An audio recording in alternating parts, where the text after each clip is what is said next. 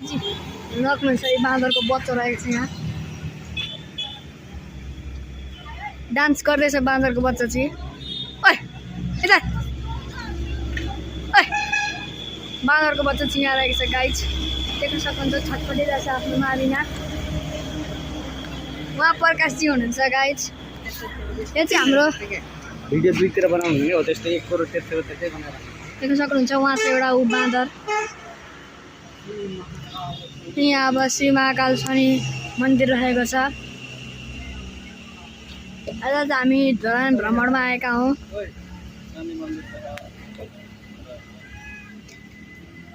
उहाँ छ अर्को बाँदरको झुन्डमा बच्चा पनि छ एउटा त्यो चाहिँ शनि मन्दिर सबजना आउनु साथीहरु घुम्नुपर्छ धरानको शनि मन्दिर चाहिँ धरानको हाइवे अझै राम्रो राम्रो भिडियो हेर्नका लागि लाइक कमेन्ट शेयर सब्स्क्राइब गरिदिनु हुन धन्यवाद।